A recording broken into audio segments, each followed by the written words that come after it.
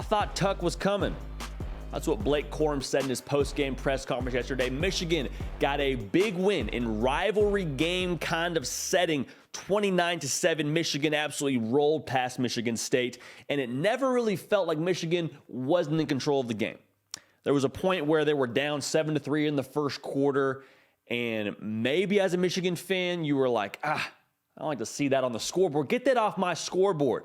We're the Michigan Wolverines, for goodness sake. Michigan State's down so bad, it's not even funny. But you never felt uncomfortable. You never felt like the game was out of their sole possession, did you? I didn't. They never lost their composure. Like, there's a lot of things to break down within this game. I promise you, we're going to get to all of it, but it never felt like this program lost composure, which I think is the most impressive thing to me.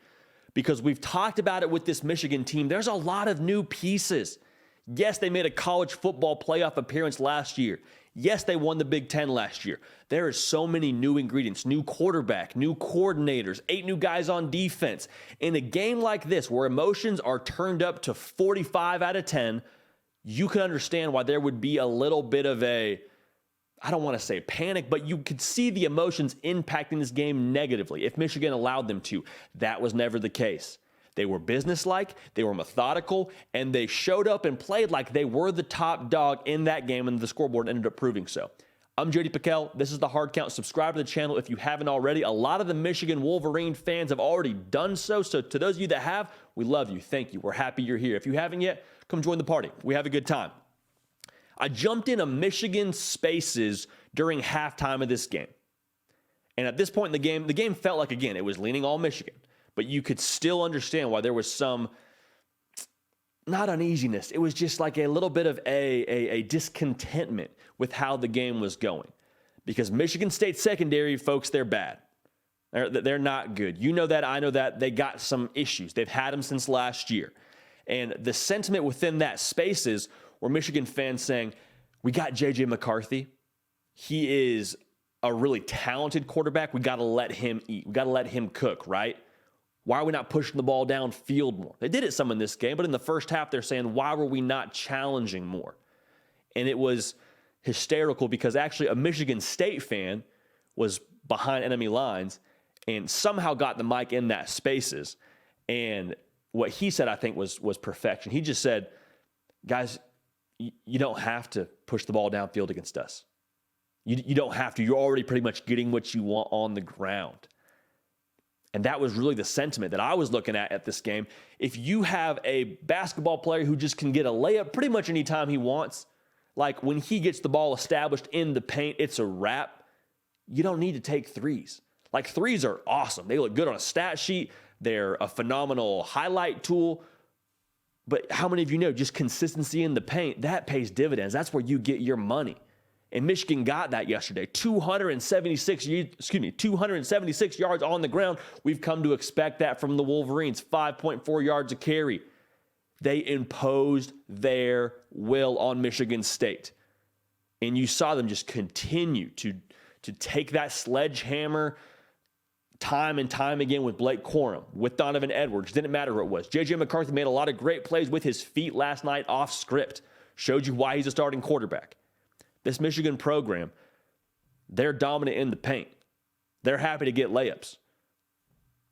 J.J. McCarthy, like we said, did some good things. 15 for 25, 167 yards, 6.7 yards of completion. That's great. Evidently, that's winning football for Michigan. You got to be encouraged with what you've seen so far.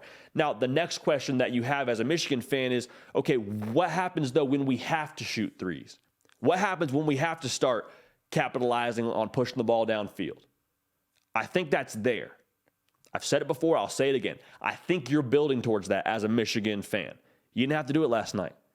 And you had a rival in the building that you were happy to just take out back and beat senseless with the run game. And they did that. And there were times as well, and I understand this is frustrating, a lot of field goals, right? A lot of times where you settle for 3 points. When you got a weapon like Moody, you might as well. Right? I mean, there's going to be times where they're going to be more aggressive, but they were able to just play their game, take them to the post, go to work, and do what they wanted to do. The field goals are great. You'll take them. You'll take points. They covered the 22.5. No, they got 22, though. Are you really upset? So for Michigan, this was a business-like approach for them.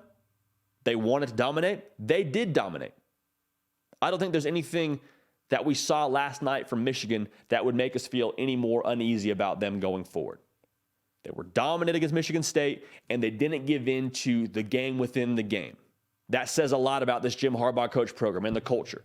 Again, I don't want to get into too much of that storyline because it's not about the actual game itself, but you and I both know highly charged rivalry kind of environment and gameplay, and one program just had the upper hand and did what they wanted, and the other program seemed interested in doing other things. So I'll leave it at that. So with that being said, Michigan feels again like they're kind of on that collision course, right, with Ohio State. They'll have some more resistance before they get there. I promise you, the schedule dictates as much. They're going to have to make sure that they bring their A game every single week, because there was never, ever like a moment where the dam broke for this Michigan defense. But you saw Keon Coleman have some big-time plays. I mean, he had over 150 yards receiving.